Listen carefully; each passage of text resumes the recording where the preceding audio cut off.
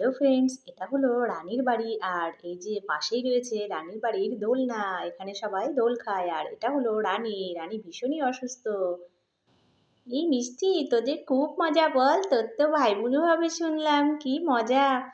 ঠিকই বলেছিস, আমারও না খুব মজা হচ্ছে। আমার ছোট্ট একটা বুনু হবে, আমি সারাক্ষণ কোলে নিয়ে ঘুরে বেড়াবো। দাঁড়া দাঁড়া, মাকে একটু দেখে আসি, বাবা বলেছে মার খেয়াল রাখতে। ওমা, তুমি উঠে বসে বই পড়ছো কেন? বাবা বলেছে না সারাক্ষণ শুয়ে থাকতে। এই পাকা মেয়ে, চুপ কর তো। সারাক্ষণ শুয়ে থাকতে আমি পারবো না, যাই যাই দেখি একটু। আরে তানিয়া, তুমি কখন এলে?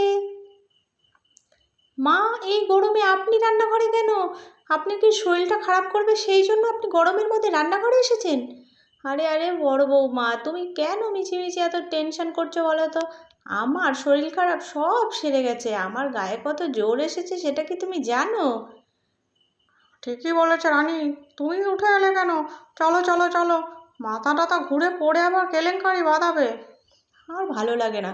সবাই যে কি বাড়াবাড়ি শুরু করেছে না, এগুলো আমার একদম ভালো লাগে না। কাজ না করলে আমার ভালোই লাগে না। বেশ হয়েছে বেশ হয়েছে, তুমি সারাক্ষণ শুধু কাজ করবা, একটুও বসে থাকো না, কারোর কথা শোনো না। এবার ডাক্তার দিদিমণি তোমাকে জব্দ করে ছেড়েছে। হ্যাঁ হ্যাঁ, ঠিকই বলেছো কিন্তু দানিয়া। হ্যাঁ, তুমি একটু বসো, আমি এক্ষুনি ঘর থেকে আসছি। আরে আরে মিষ্টি, সবগুলো বের করেছিস বক্স থেকে? এ বাবা, তুমি এটা কি করেছো? এইসব জামা কাপড় তো পিসিমণিরা পরে, তুমি এগুলো মায়ের জন্য এনেছো? মা, তোমাকে না এখন আর শাড়ি পরে একদমই ভালো লাগে না। বাবাকে বলবো। সে কি রে, কে আবার কেমন কথা, শাড়ি পরে ভালো লাগে না? আরে ঠাম্মি, বাবাকে বলবো মায়ের তো এখন শরীর ভালো না, তাই মায়ের জন্য চুড়িদার, লং ফ্রক এই সমস্ত ড্রেসপত্র কিনে নিয়ে আসতে। মায়ের খুব সুবিধা হবে এসব পরলে। ওহো, তাই নাকি? তাহলে বলো। হ্যাঁ হ্যাঁ, বড় বৌমার বেলায় তাহলে বলো। আর আমি যদি একটু অন্য কিছু ড্রেস পরতে চাই, তাহলে এই ছোটো বৌমা এই সমস্ত পরা কিন্তু চলবে না, আমার একদম পছন্দ হয় না। এক চোখা শাশুড়ি। তুমি একটু চুপ করো তো বাপু।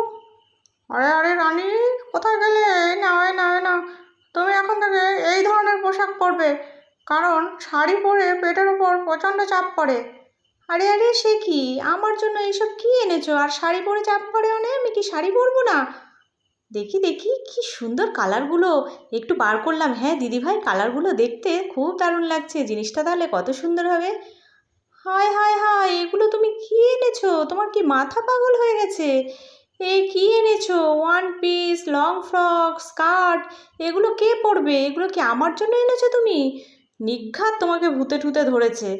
বাহ, কালারটা কি সুন্দর দিদিভাই, দেখো কি সুন্দর কালার, তোমার গায়ে না হেভি লাগবে।